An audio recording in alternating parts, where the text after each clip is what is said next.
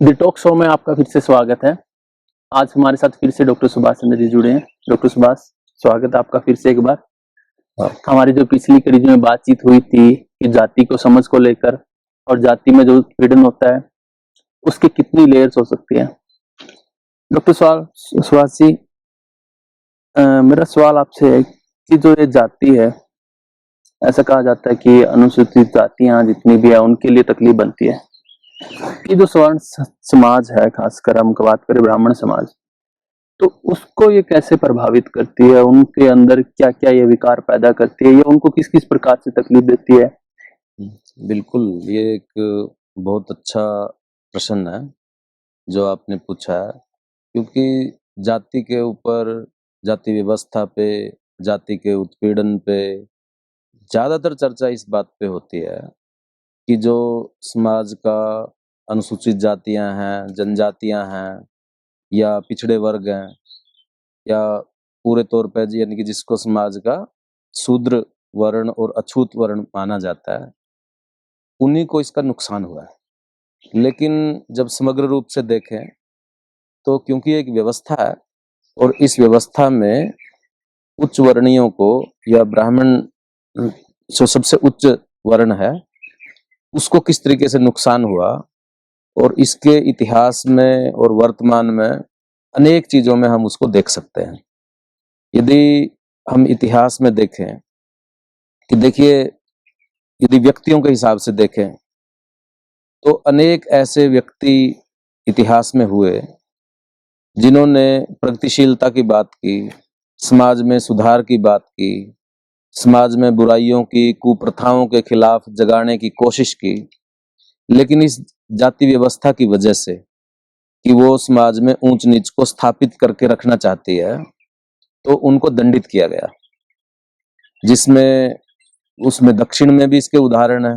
बसवन्ना जो इतने बड़े एक संत हैं, विचारक हैं, जिनसे आज भी इतने सारे लोग प्रेरणा ले रहे हैं।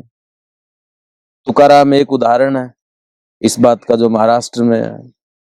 यदि उससे पहले जाएं तो जो बौद्ध काल है उसके अंदर जितने वैज्ञानिक हैं जो अपनी बात कहने की कोशिश कर रहे थे और समाज के अंदर, भारतीय व्यवस्था के अंदर जो नई खोजों को, नई सोच को, नई चीजों को सामने लेकर के आ रहे थे, लेकिन क्योंकि जाति व्यवस्था जैसा है वैसा ही बना रहे, उसको नुकसान करती है, उसको रोका नई बात करने से, नवाचार से, और उनको इस तरीके से दंडित किया कि भारत के अंदर जो विज्ञान का विकास है वही रुक गया। तो यदि व्यक्तियों के माध्यम से या घटनाओं के माध्यम से अनेक प्रकार से इस चीज को हम देख सकते हैं कि जाति व्यवस्था ने इस तरीके से नुकसान किया, क्योंकि जाति व्यवस्था पेशों के साथ जुड़ी हुई है कि जो पेशा परंपरागत तौर पे मिला है या जिस वर्ण में जन्म हुए हैं और उसके लिए जो निर्धारित जो पेशे हैं उसी में उसको काम करना है। तो उच्च वर्णों में भी जो अन्य पेशे हैं जो बिल्कुल मानवोचित हैं और मनुष्य को जिसको करने में खुशी मिलती है और उसकी उपलब्धियां बनती हैं उससे, जो कि पूरी दुनिया में ही इस बात को रेखांकित किया जाता है, तो उन पेशों को क्योंकि वो अपना नहीं पाए, जाति व्यवस्था और वर्ण व्यवस्था की जो उसके कारण जो उसकी मान्यताएं हैं या जो वो पेशे और कर्तव्यों को लगाती है, तो इस वजह से उनके अंदर वो प्रतिभाएं, वो चीज विकसित नहीं हो पाई, और जो चली आ रही बात है उसी को दोहराते चले गए।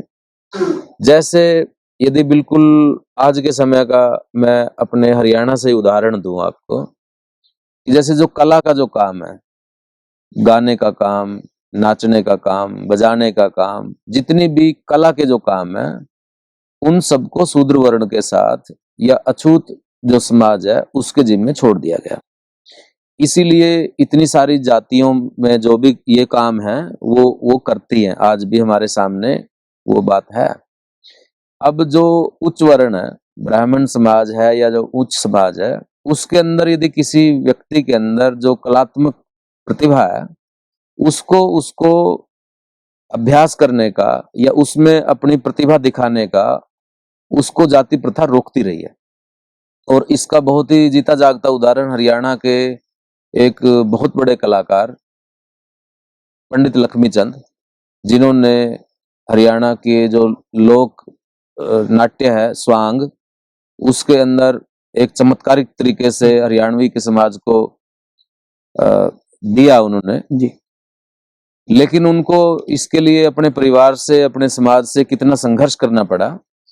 और वो संघर्ष जो है, यदि उन्होंने एक रागनी लिखी, नाचण में के दोष बता, यह दुनिया की होशियारी, ये तो एक चतुराई का काम है, नाचण में क्या दोष है। और इतने एग्जाम्पल दिए उन्होंने अपने पक्ष में कि ब्रह्मा नाचे थे, शिवजी नाचे ऐसा उन्होंने थे। क्यों कहा सर? मतलब ऐसा इसलिए कहा क्योंकि ब्राह्मण जाति में उत्पन्न होकर के नाचने को हीन काम माना गया, और नाचने का काम जो समाज के वंचित, शोषित, दलित वर्ग हैं उनके जिम्मे लगाया गया।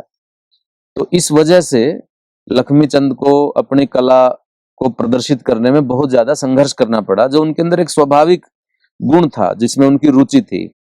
इसलिए जो जाति व्यवस्था में जो सबसे बड़ी उसके सिद्धांतिक पक्ष में ही है कि व्यक्ति अपने पेशों को नहीं छोड़ सकता, वही पेशे अपनाने हैं, उसको अपना पेशे चुनने की आजादी नहीं है, फ्रीडम नहीं है, और उसके अंदर पेशों के अंदर कोई मोबिलिटी नहीं है।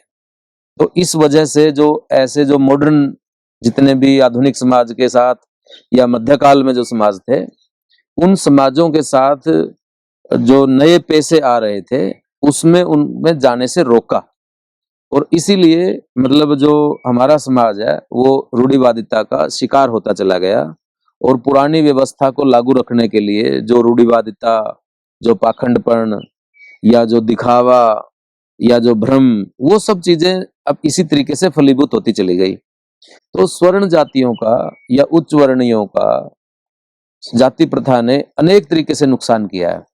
जैसे जो एक श्रेष्ठता बोध है, क्योंकि जाति व्यवस्था में ऊंच नीच की सबसे बड़ी बात है कि जो उच्च वर्ण है वो अपने आप को दूसरों से श्रेष्ठ मानता है। ये बोध उसके सामाजिकरण में ही बचपन से ही डाल दिया जाता है कि हम ऊंचे हैं, हम ऊंचे हैं। इसके कुछ चिन्ह भी उनके पास होते हैं, जैसे जनेऊ धारण करने का या अन्य चीजों के।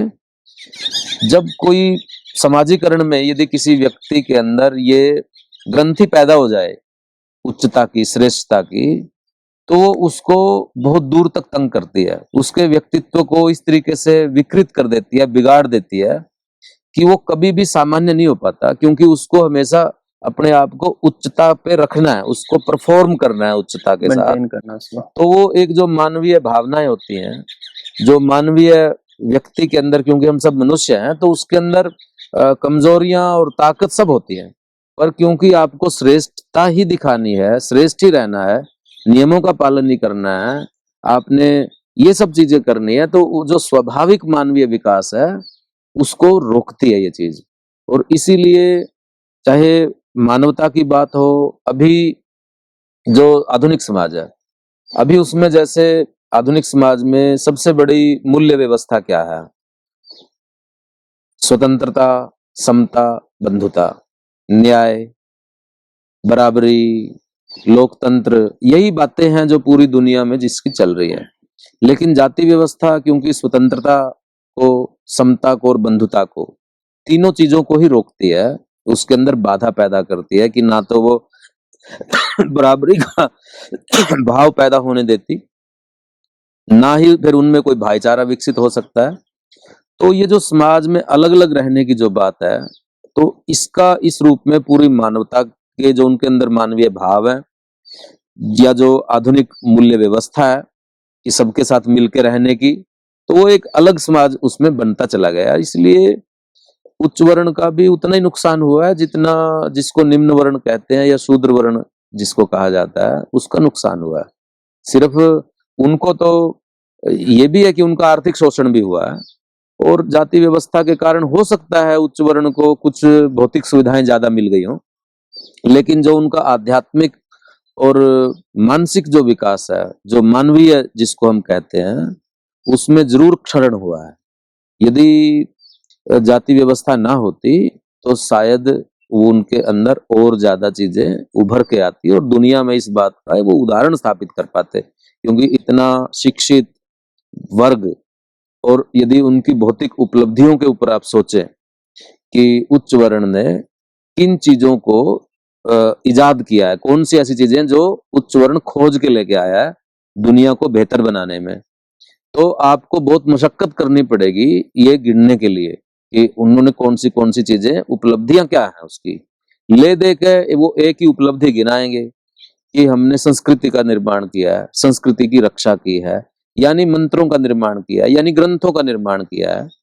बात ठीक है, लेकिन कौन से ग्रंथों का निर्माण किया है, कौन से ग्रंथ उसके अंदर रचे गए हैं, और जितने भी लेखक हैं, कलाकार हैं, जब उसको इस तरह की छूट नहीं थी, तो ये इस तरीके से यदि वर्ण व्यवस्था और जाति व्यवस्था पे समग्रता से सोचें तो वो उसने उच्च वर्ण का भी उतना ही नुकसान किया है। यदि मानवता के पैमाने से देखेंगे, हो सकता है कि कुछ कम मेहनत करके उसको चीजें मिलती रही हो, वो कुछ फायदे हो सकते हैं भौतिक तौर पे, लेकिन मुझे ये लगता है कि इस बात पे उच्च वर्ण को सोचने की जरूरत है कि वो हमेशा बेनिफिशियरी नहीं रहे, इस बात के लाभार्थी नहीं है हमेशा। एक तरफ जब उनको कुछ लाभ मिला है तो दूसरी तरफ उनका जो है नुकसान भी हुआ है, तो उनको खुद से सोचने की जरूरत है। इसीलिए ये बात आती है कि यदि जाति व्यवस्था को तोड़ना है तो उच्च वर्ण को पहल करनी होगी जी। और वो इसमें बहुत ही गर्मजोशी के साथ खुशी खुशी इस पहल में शामिल हो कि जो चीजें ऐतिहासिक तौर पे, जो पेशे, जो काम के क्षेत्र, या जो सबके मिल के साथ रहने की जो भावना है, वो सब चीजें उसके अंदर आए। खास तौर पे यदि देखें कि जो ब्राह्मण महिलाएं हैं, जितनी भी बाल विवाह हैं, विधवा विवाह है या विधवाएं हैं, उन सबको किस तरीके से रखा गया समाज में, उनकी जो स्थिति है, यानी कि ब्राह्मण समाज में या उच्च वर्ण समाज में, क्योंकि वो सबसे ज्यादा शास्त्रीय मान्यताओं को मानते रहे हैं, तो उसमें महिलाओं की क्या स्थिति रही है कि जो जितने भी समाज सुधार के आंदोलन हुए, चाहे आधुनिक काल में तो चाहे तो प्राचीन या मध्यकाल में, तो उसमें एक बड़ा हिस्सा ब्राह्मण महिलाओं का है। मतलब ब्राह्मण महिलाओं का नहीं, महिलाओं के लिए है। महिलाओं को जो बुराइयां झेलनी पड़ी उनका है।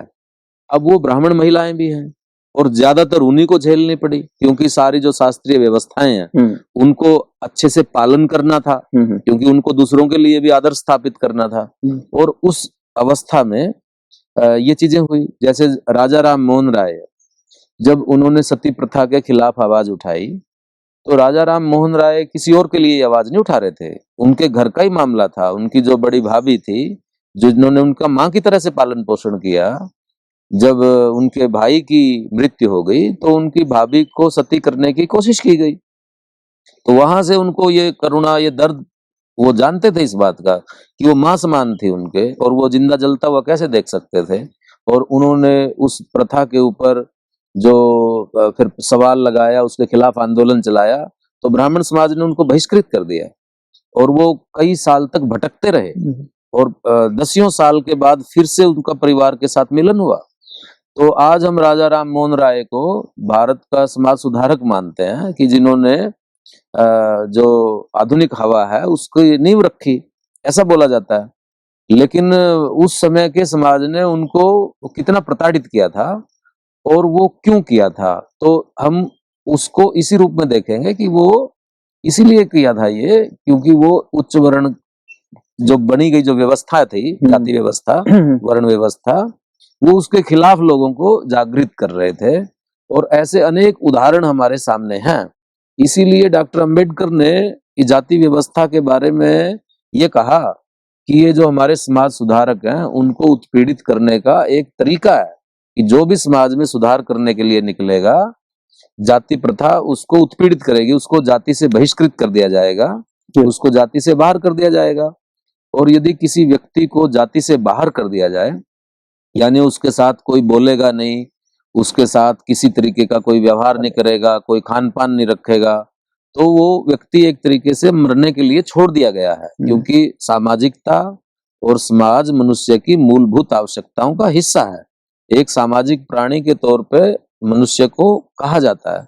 तो यदि उसको एक सामाजिक प्राणी की बजाय अलग से कहीं डाल दिया जाए तो ये सबसे बड़ी सजा है उसकी, और जो सबसे बड़ी सजा के तौर पे बहिष्कार, इसीलिए भारतीय समाज के अंदर सबसे क्रूर व्यवस्था है ये बहिष्कार की। और कितने ही ब्राह्मण चिंतक, विचारक है, लेखक हैं, वैज्ञानिक हैं, जिन्होंने नवाचार करने की कोशिश की होगी और उनको समाज से बहिष्कृत होना पड़ा होगा। तो इसलिए ये कई उसमें चीजें हमें दिखाई देती हैं। तुलसीदास का यदि भी एक उदाहरण आता है।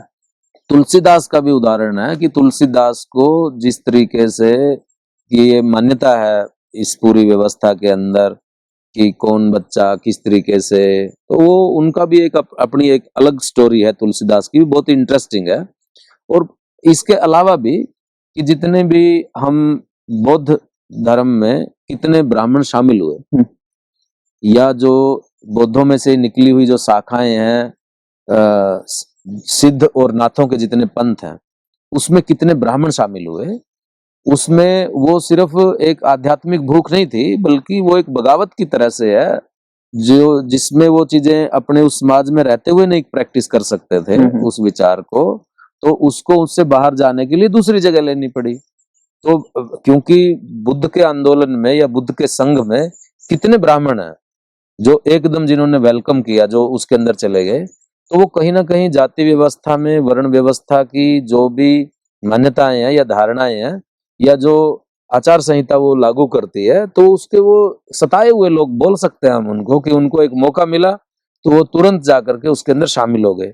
यदि वो उस वर्ण व्यवस्था में, जाति व्यवस्था में खुश होते तो शायद वो वहां ना जाते, और वहां जाकर के बौद्ध साहित्य की रचना में बौद्ध स्थापत्य में उन्होंने कितने चमत्कारिक काम किए हैं।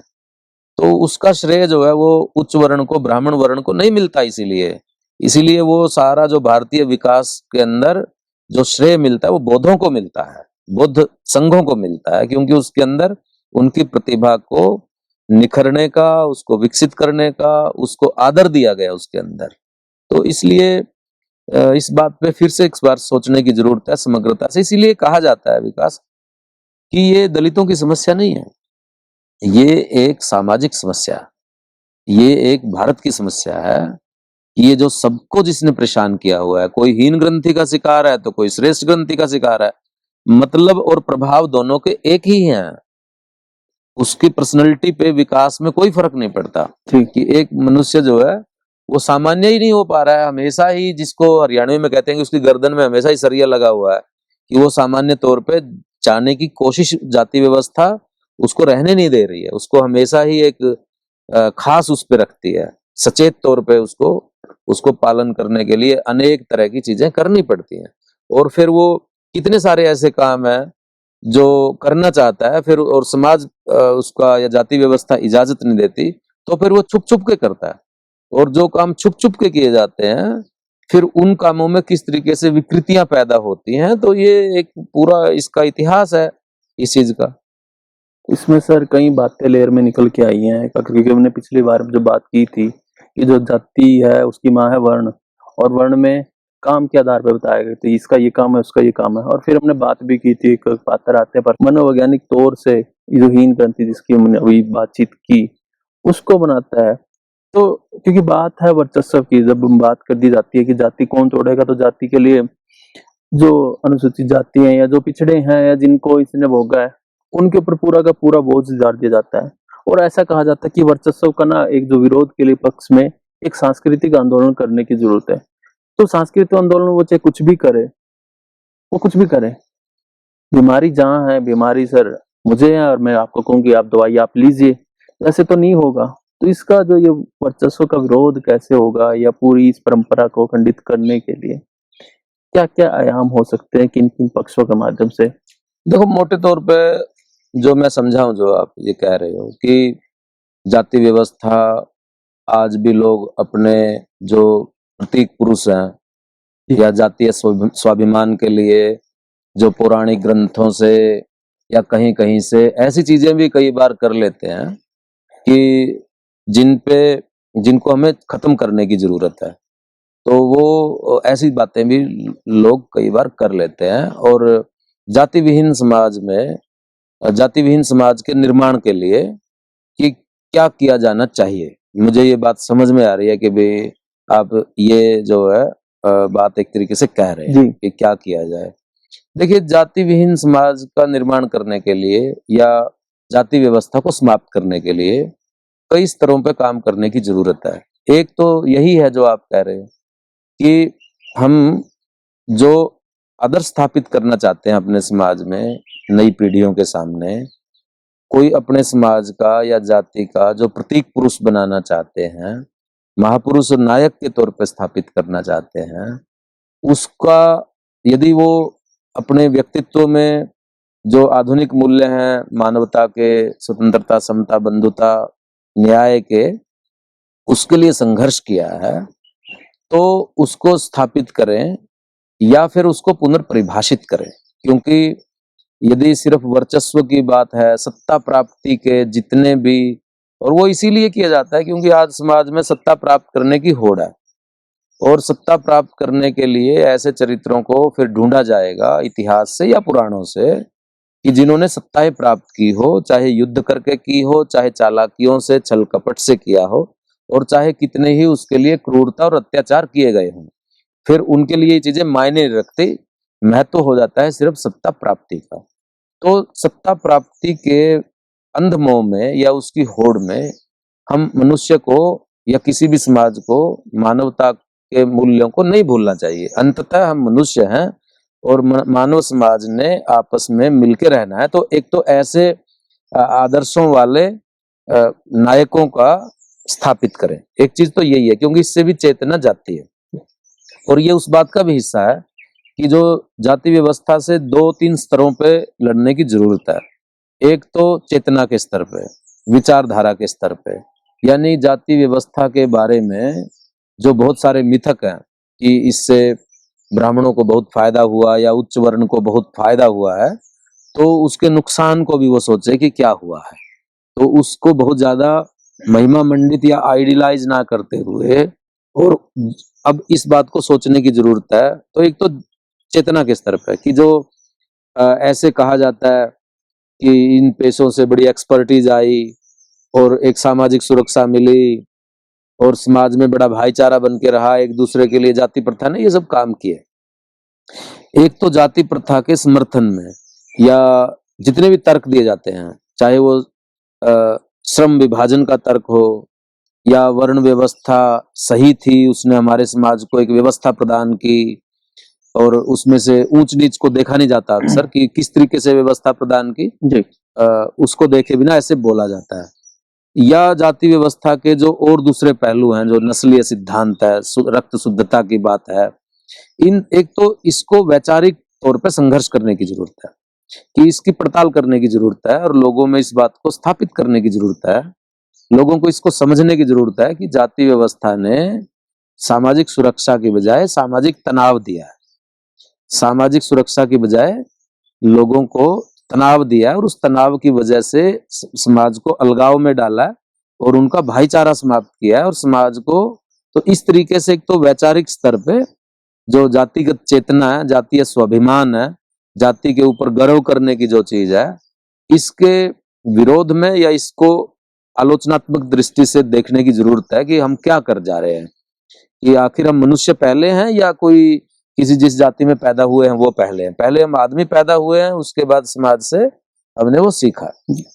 एक तो इसके स्तर पे। दूसरा, जो इसके लिए व्यवहारिक स्तर पे जो आंदोलन करने की जरूरत है कि जो जाति व्यवस्था का पीड़ित है, विक्टिम है इसका, जिसके ऊपर अन्याय और शोषण होता है जाति के आधार पे, चाहे महिलाओं के बारे में हो, तो चाहे फिर वो निम्न जाति के या अनुसूचित जाति के, जनजाति के या पिछड़े वर्गों के जो व्यक्ति हैं उनके साथ हो, तो एक उन जो पीड़ित है इस जाति उसके कारण, तो उसके लिए हम संघर्ष करेंगे, उसको न्याय मिले आधुनिक उसके आधार पे, सबको उसके लिए न्याय की स्थापना के लिए और इस व्यवस्था के लिए उसको संघर्ष करने की जरूरत है। यानी कि जो व्यापक आंदोलन है उसकी जरूरत है संघर्षों में, जिसमें सबको ही शामिल होने की जरूरत है। जो दूसरा कि जो जाति व्यवस्था के कारण जिन समाजों को सम्मान नहीं दिया गया या जिनको ये माना गया कि ये इस जाति से ताल्लुक रखते हैं या इस वर्ण से ताल्लुक रखते हैं तो इनका कोई सम्मान नहीं होता, इनका आदर करने की जरूरत नहीं है, या इनको आप कुछ भी बोल सकते हो, इनके लिए इस तरह के संबोधन कर सकते हो, इनको आप झूठा खाना दे सकते हो। सम्मान ना करने के अनेक प्रथाएं और रूप हमारे संस्कृति में कहो या समाज में कहो, रीति रिवाजों में मौजूद है, हमारी भाषा में मौजूद है। तो वो जो सम्मान देने की जो बात है, जो परंपरागत तौर पे जो सम्मान नहीं दिया गया या जाति व्यवस्था के कारण जो मिला नहीं है, वो सम्मान दिया जाए। एक ये तरीका, ये भी एक जाति मिटाने का वो है कि जाति व्यवस्था ने जो नुकसान किया है साइकोलॉजिकल तौर पे, उच्च वर्णों को श्रेष्ठता बोध दे करके और निम्न वर्णों को या शूद्र वर्णों को जो है हीनता बोध प्रदान करके, ताकि वो सहज अवस्था में पहुंचे, सम्मान की बात करते हुए। फिर जो है, क्योंकि जाति व्यवस्था के कारण जो जितने भी संसाधन है अपनी योग्यता निर्माण के, चाहे फिर उसमें शिक्षा हो या स्वास्थ्य हो, तो उन सब के अंदर उनकी हिस्सेदारी और भागीदारी की जरूरत है कि जितने भी संसाधनों का जो मिले हैं मनुष्य को या उसने खुद से पैदा किए हैं, उन संसाधनों में उनको हिस्सेदारी मिले, ये भी एक वो चीज है। और फिर उनको बराबरी से देखा जाए, बराबरी से उनको ट्रीट किया जाए कि समाज के अंदर ऊंच नीच की भावना ना हो। तो एक ये चीज है। फिर जो है, जितने भी जो आर्थिक या जो सामाजिक आंदोलन है, यानी कि उसका जो व्यापक एक स्वरूप बनता है जी, वो उसमें हो। अब जितनी भी हम चीजें देख रहे हैं, जो भी जाति के संबंध में जब भी कहीं बातचीत होती है, जो प्रबुद्ध जन है वो सब यही बोलते हैं कि ये लिंग के आधार पे भी जाति उसमें जुड़ी हुई है, इस उसमें भी जुड़ी हुई है। जब ये सारी चीजों के अंदर वो जुड़ी हुई है तो इसका मतलब यही है कि उसने सभी वर्गों का नुकसान किया। और ये आपस के अंदर ये एक व्यवस्था, जाति प्रथा अलग से कोई चीज नहीं है, बल्कि समाज की जितनी भी और पहचाने या सरणियां हैं उनके साथ ये बिल्कुल संबद्ध है, इसका रिश्ता बहुत ही गहरा है। तो इसलिए ये सिर्फ जाति के खिलाफ आंदोलन चला के नहीं, बल्कि जो समाज में मानवता स्थापित करने के, लोकतंत्र स्थापित करने के जो व्यापक आंदोलन है, उन आंदोलनों के जरिए ही जाति व्यवस्था को समाप्त किया जा सकता है। तो वो क्योंकि जुड़ी हुई है, हर एक शोषण की जितनी भी प्रक्रियाएं हैं उसमें जाति कहीं ना कहीं मौजूद है, और जाति अपना उसमें रंग दिखाती है, उसको वैधता प्रदान करती है। तो एक व्यापक जो आंदोलन है उसके साथ इसमें जोड़ने की जरूरत है। एक तो यानी कि चेतना के स्तर पे, भागीदारी के स्तर पे, सम्मान के स्तर पे, और जो अपने विशेषाधिकार है उनको छोड़ने के स्तर पे, और आगे की जो इतने भी जो वैज्ञानिक चेतना है कि हम सिर्फ एक जाति क्या है, एक धारणा ही तो है जी, वो एक हमारी परसेप्शन ही तो है, और जाति क्या चीज है, एक स्टेट ऑफ माइंड ही तो है। बिल्कुल, जाति का कौन सा भौतिक अस्तित्व है, वो सिर्फ हमारी मान्यता है। तो एक तो ऐसे करके चेतना की उसमें, उसके बाद जितनी भी जो वैज्ञानिक तरक्की है और एक समाज को जोड़ने के जो तरीके हैं, जिसके अंदर खान पान की चीजें हैं कि हम शेयर करें, इकट्ठे किसी तरह की कोई भेदभाव ना करें हमारे जीवन में, इससे सहजता है। और दूसरा अंतरजातीय विवाह जिसको कहते हैं कि रोटी बेटी का संबंध, यानी कि समाज में यदि ये भाईचारा स्थापित होता है तो जाति व्यवस्था के जो जिसको कहते हैं ना, जो वायरस है जो शताब्दियों से पल रहा है हमारे दिमाग के अंदर, और वो धीरे धीरे हमारे लगभग डीएनए में ही शामिल हो गया है इंडियन सोसाइटी में, तो उसको किस तरीके से खत्म किया जा सकता है, धीरे धीरे होगा ये चीज, लेकिन होगी इन्हीं प्रयासों के माध्यम से कि सारा समाज उच्च वर्ण विशेष तौर पे इसको समझे कि यदि भारत को, दुनिया को नेतृत्व प्रदान करना है तो वो सारी आबादी को सम्मान दिए बिना, हिस्सेदारी दिए बिना, सबके विकास को आगे बढ़ाए बिना किसी भी रूप में वो आगे नहीं बढ़ सकता। तो इस रूप में भी जाति विहीन समाज जो है निर्माण का, यानी कि चाहे राजनीति हो, चाहे समाज का क्षेत्र हो, चाहे धार्मिक क्षेत्र हो, चाहे सांस्कृतिक क्षेत्र हो, सभी क्षेत्रों के अंदर जो जाति व्यवस्था की जितनी भी मान्यताएं हैं, जितनी भी धारणाएं हैं, उसके आधार पर जितनी भी ऊंच नीच की वैधता है, या उसके लिए योग्यता अयोग्यता के जितने भी सवाल हैं, उसको निकालते हुए एक व्यापक आंदोलन की जरूरत है जो लोगों की चेतना को उद्वेलित करे। और ये काम प्रबुद्ध जन है जो समाज के, जिनके पास सबसे ज्यादा ज्ञान है इतिहास का, पुराणों का, ग्रंथों का, शास्त्रों का, तो उन सब चीजों को फिर रखने की जरूरत है क्योंकि उनके ऊपर ज्यादा जिम्मेवारी आती है। चेतना के स्तर पे काम तो ज्ञानी आदमी करेगा, क्योंकि पहले भी ज्ञानी लोगों ने ही ये चेतना बनाई है जी। तो उसमें उनको मिटाने का उनको जिम्मेवारी लेनी पड़ेगी। अब कि जिस तरीके से इतने बड़े बड़े ग्रंथ लिखे गए जाति प्रथा को निर्माण करने में, तो इतने बड़े बड़े ग्रंथ लिखे, इतनी सारी कथाएं बनाए कि ये जाति व्यवस्था समाप्त हो और हमारा समाज जो है एक शांति के साथ रह सके, एक दूसरे का सम्मान करते हुए, एक दूसरे को भागीदारी की जगह देते हुए। आपने इसमें एक बात कही कि भागीदारी की, और संविधान के निर्माताओं ने संविधान में आरक्षण की रख के उसमें ताकि सबकी भागीदारी प्रॉपर हो, एक व्यवस्था बनाई थी। और आज के समय में आरक्षण को ऐसे कहा जाता है कि मुफ्त की रेवड़ियां हैं, इससे तो योग्य व्यक्ति आगे आ रहे हैं। बहुत सारे मिथ हैं। जो ये भागीदारी है समाज को आगे लेके आने के लिए ताकि वो अपनी आपको आगे बढ़ा सके और एक समाज में बराबरी का, एक समता का माहौल बन सके।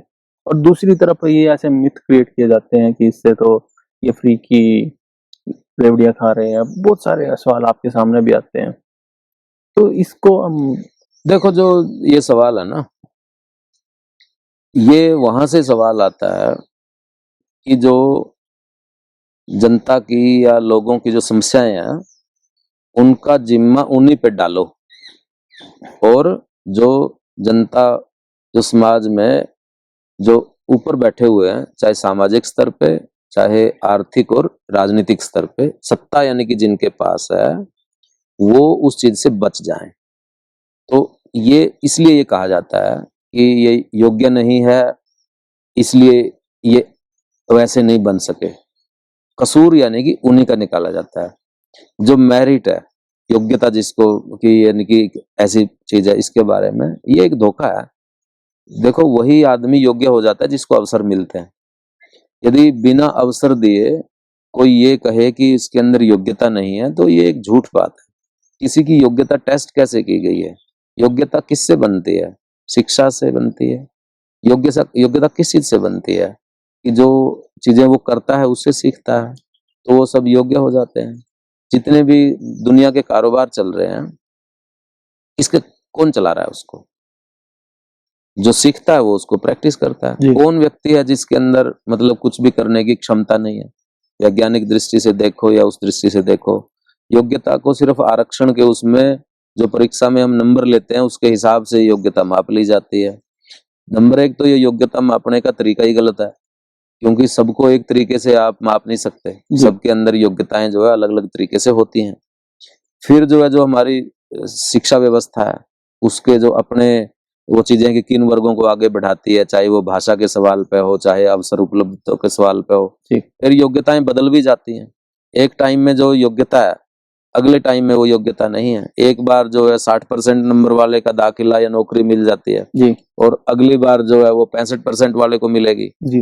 क्योंकि जो नौकरी लेने वाले या एडमिशन लेने वालों की संख्या बढ़ गई है, तो सीट उतनी है, तो वो फिर 60 से 65 हो जाएगी। जो पिछले साल 60 में योग्य थे वो इस बार 65 में योग्य, अब 60 वाला अयोग्य हो गया इस बार।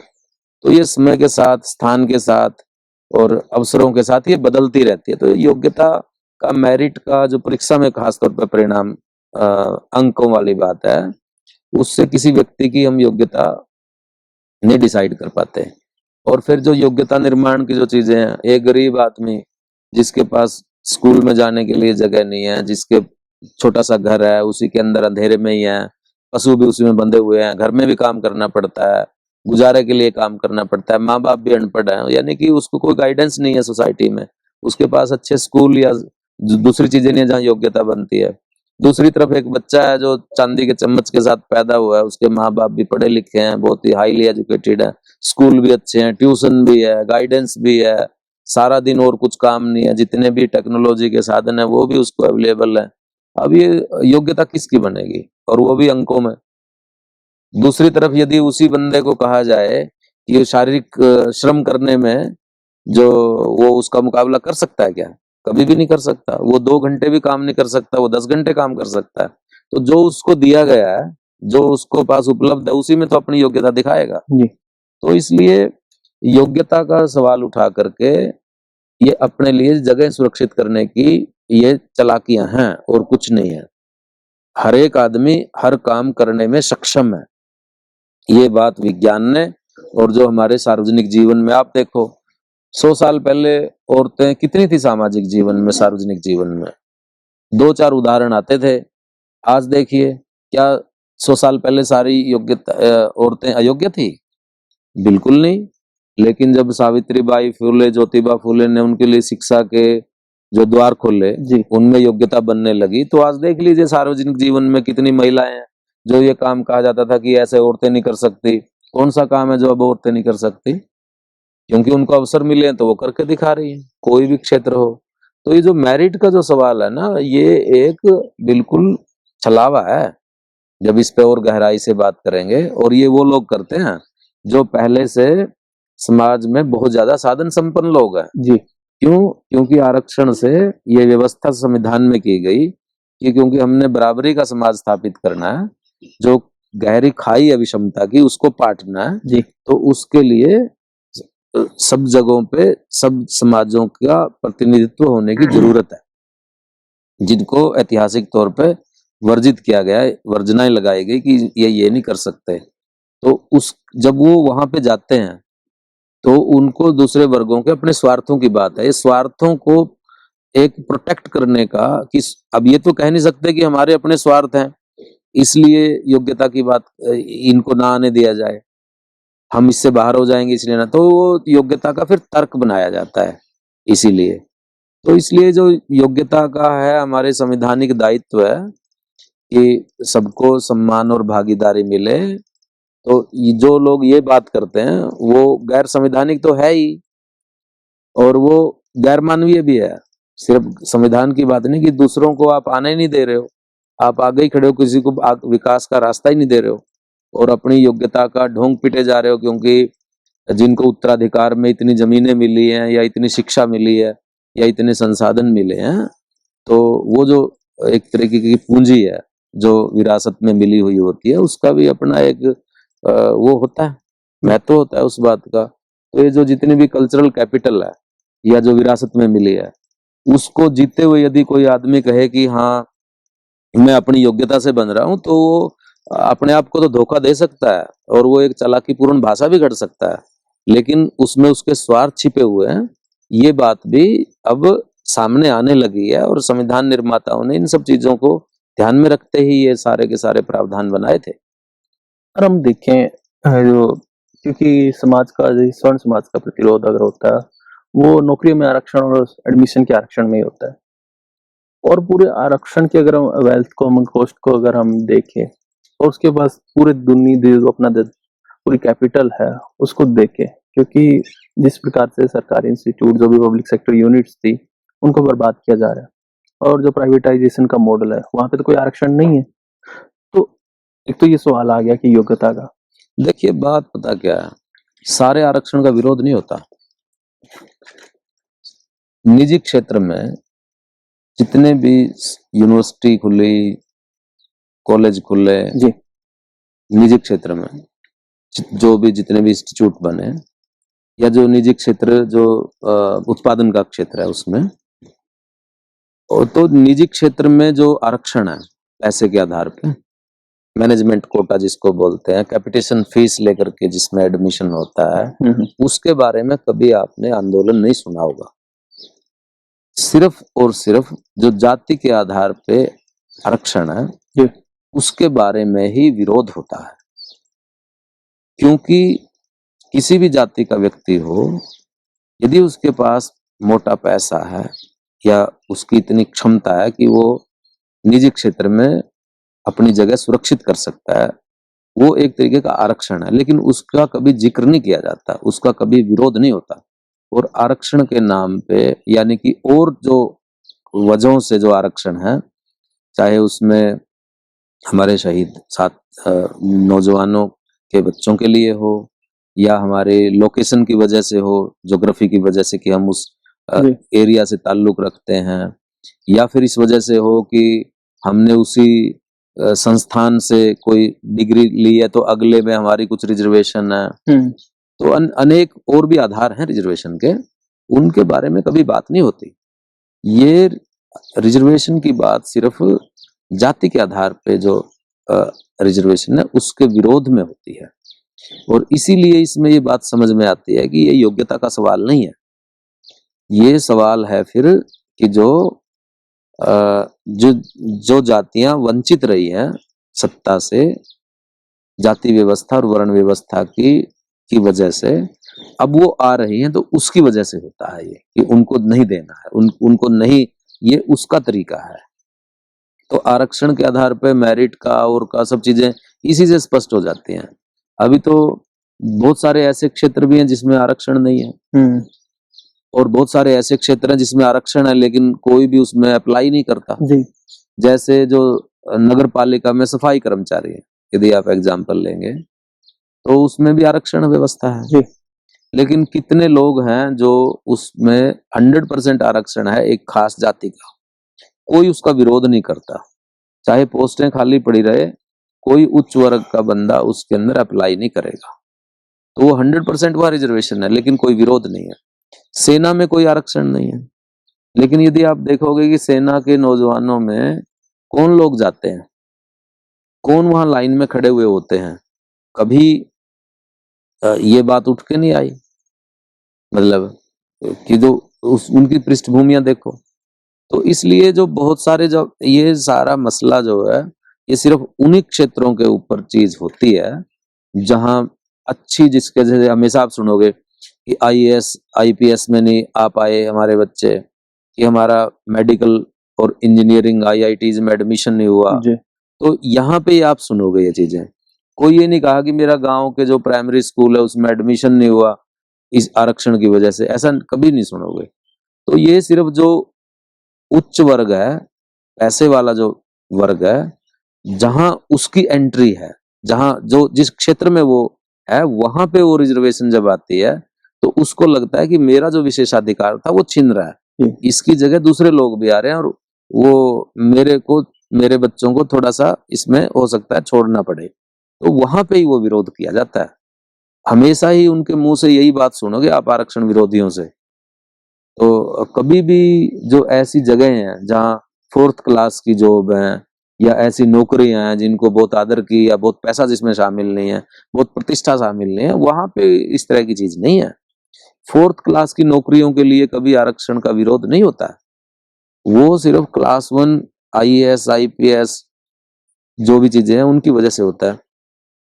और जहां पे इस तरह के आरक्षण है, हमारी न्यायालय व्यवस्था में क्या है, सारे नॉमिनेशंस हैं, और अब तो सरकार में भी आने लगी है जो लेटरल एंट्री है, ये क्या चीज है, ये एक आरक्षण ही है कि कौन से उसके लिए टेस्ट हुआ है, कौन सी योग्यता चेक हुई है, तो उसमें सीधे जो है वो पॉलिसी उसके ऊपर लोग बिठाए जा रहे हैं, तो ये एक तरीका है। तो अनेक बातें हैं, वही वो छोटा सा जो स्पेस है उच्च वर्ग का, वहीं पे जब आरक्षण की बात आती है जाति के आधार पे तब ऐसा होता है। और जब बात आती है, कई लोग ऐसे कहते हैं इस आरक्षण ने पूरे देश को ही बर्बाद कर दिया। बहुत प्रगतिशील दिमाग ये बात निकल आती है एक बार। तो अगर बात करें जिस तरीके से पूरी की पूरी संपत्तियां लुटाई जा रही हैं और दूसरी तरफ से ये सवाल है कि इसने तो देश को बर्बाद कर दिया, तो ये यार पता क्या है, ये बहुत ही पक्षपात और दुराग्रहपूर्ण बात है। ये एक तरीके से नफरत है एक तरीके से उन वर्गों के प्रति। यदि आप देखोगे कि इस देश की बर्बादी से क्या अभिप्राय है, यदि आप देखोगे कि कितने जासूस पकड़े गए जो मुखबरी कर रहे थे इंडिया की, दूसरे देशों को यहाँ के कागज पत्र दे रहे थे, उसमें आप देखोगे कि कौन से व्यक्ति हैं जो आरक्षण से आए थे। जी। आप एक सूची बनाओ टॉप 10 की, टॉप 100 की, एक भी आदमी आरक्षण की उससे आया हुआ आदमी नहीं मिलेगा।